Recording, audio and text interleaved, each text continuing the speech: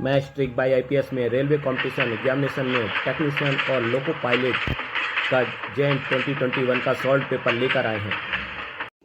Question number 11, A, B and C invested in a form out of the total profit of ₹15,000. A and B got ₹4,500 and ₹5,500 respectively.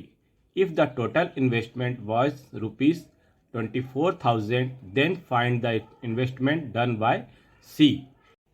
A, B और C के एक form में निवेश किया। कुल लाभ में से 15,000 A और B को ₹4,500 और क्रमशः 5,500। यदि कुल निवेश 24,000 है तो सी द्वारा किया गया निवेश ज्ञात कीजिए। 1 ₹7,500, 2 ₹8,000, 3 ₹8,500, 4 ₹9,500। इसका करेक्ट आंसर सेकंड है जो 8,000 है। टोटल इन्वेस्टमेंट कुल निवेश equal to 24,000। The ratio of profit share is the same as the ratio of the investment. लाभ हिस्सेदारी का अनुपात निवेश के अनुपात के समान है। प्रॉफिट लाभ ए इक्वल टू 4,500, प्रॉफिट लाभ of B equal to 5,500। Total profit लाभ equal to 50,000। Profit C equal to profit total profit minus profit A and B. तो 15,000 minus 10,000 equal to 5,000। Ratio of the profit by A, B and C. A, B, C द्वारा लाभ का अनुपात 4,500, 5,500 and 1,500। इसका ratio हो जाएगा, हम 00 से कैंसिल कर देंगे और इसको डिवाइड कर देंगे तो 9, 11 एंड 10 का इसमें रेशियो आ जाएगा।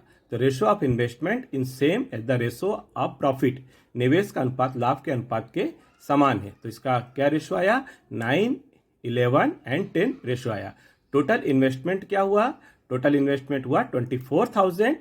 तो इसमें रेशियो क्या था? 9x, 11x plus 10x equal to 24,000।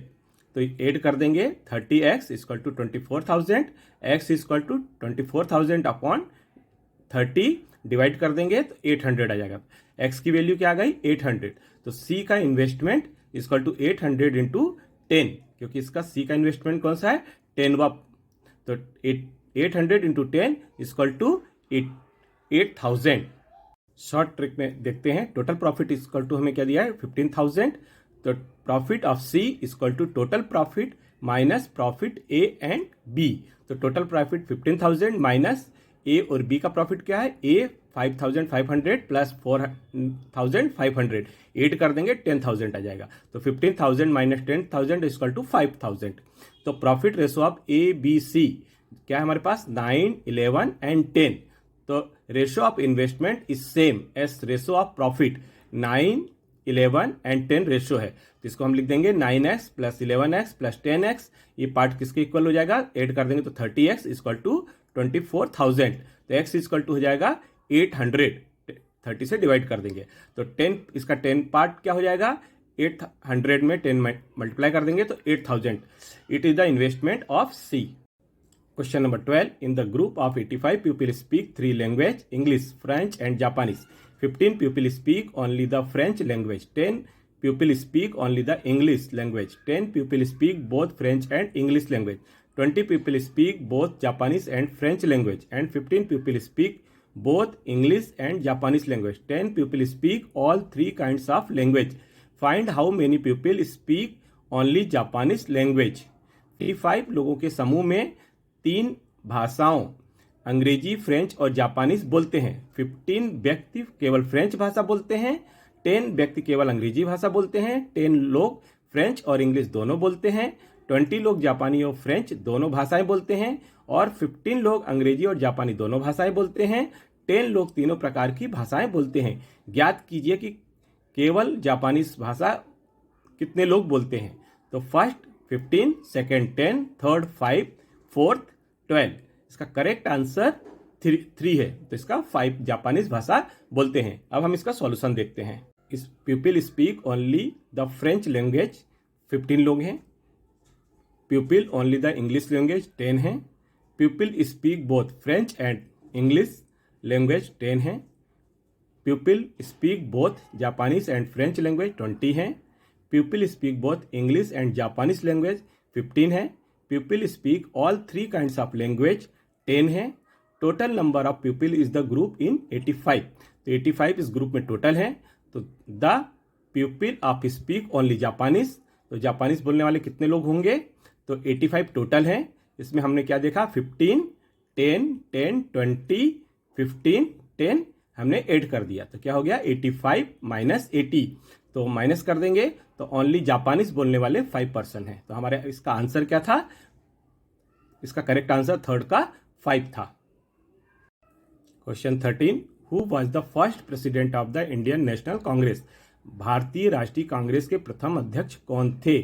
First Bomesh Chandra Banerjee, second Bal Gangadhar Tilak, third Allan Augustine Hume, fourth Dadabhai Naoroji.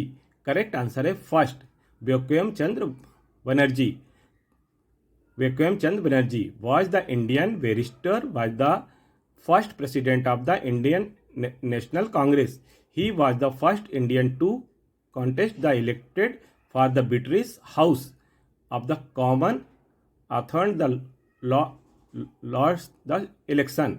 Bankim Chandra Banerjee एक भारतीय बैरिस्टर थे और भारतीय कांग्रेस राष्ट्रीय कांग्रेस के पहले अध्यक्ष थे। वह ब्रिटिश हाउस में कॉमन के लिए चुनाव लड़ने वाले पहले भारतीय थे, हालांकि वह चुनाव हार गए थे। Question 14, the present ratio of the age of 2 brothers is 5:4। If the ratio of their age becomes 11:9 after 3 years, then what is the present age of the youngest brother? 2 भाइयों की आयु का वर्तमान अनुपात 5:4 है। यदि 3 वर्ष बाद उनकी आयु का अनुपात 11:9 हो जाता है तो छोटे भाई की वर्तमान आयु क्या होगी? First 25, second 30, third 18, fourth 24। Correct answer fourth है 24। इसका हम सॉल्यूशन देखते हैं। The present ratio of age 2 brothers 5:4। 2 भाइयों की आयु का वर्तमान अनुपात 5:4 है। Ratio of their age becomes 11:9 after 3 years। 3 वर्ष बाद उनकी आयु का अनुपात 11:9 हो जाता है। तो हम रेशो मेथड से देखते हैं।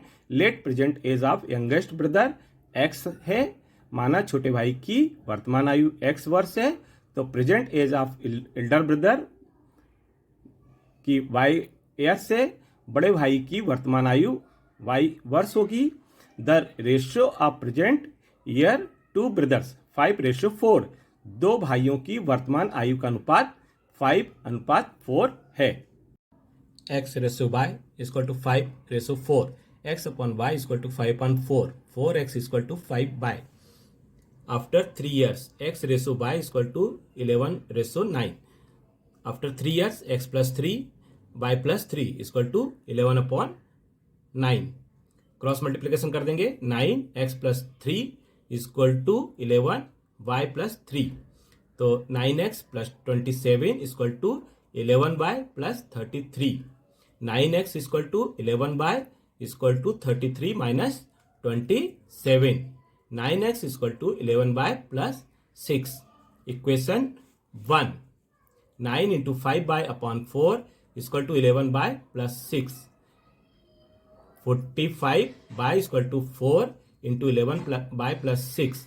45y equal to 44y plus 24। 45y minus 44y equal to 24। y equal to 24। Equation first से 4x equal to 5y। 4x equal to 5 into y की वैल्यू 24। तो x equal to 5 into 24 upon 4। 4 से divide कर देंगे। 4 6 जा 24। 5 6 जा 30। x equal to 30। Age of younger brother y equal to 24 years। Question 50, pointing the Rahul Sohan said, he is the husband of my wife only daughter. How Rahul related to Sohan. Rahul की ओर इशारा करते हुए सोहन ने कहा, वह मेरी पत्नी की इकलौती बेटी का पति है। राहुल का मोहन से क्या संबंध है?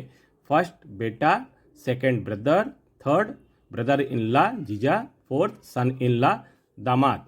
करेक्ट आंसर इसका फोर्थ है son in law. Preparing the family tree use the following symbols. निम्नलिखित प्रतीकों का उपयोग करके वंश वृक्ष ज्ञात करते हैं। Symbol in diagram, meaning female, male, married couple, sibling, difference of generation. According the question, प्रश्न के अनुसार, Sohan said the Rahul is the husband of my wife's daughter means Rahul is the son of law of Sohan. Mohan ने कहा, राहुल मेरी पत्नी की बेटी का पति है। यदि राहुल सोहन का दामाद है। The least positive Venn diagram of the above statement. Statement उपयुक्त स्टेटमेंट के अनुसार न्यूनतम संभव बेन आरेख देखते हैं। इसमें क्या है? सोहन, ये है सोहन की वाइफ है और सोहन का डॉटर है, उससे राहुल है, तो hence son of law in the correct answer. तो दामाद इसका आंसर करेक्ट है।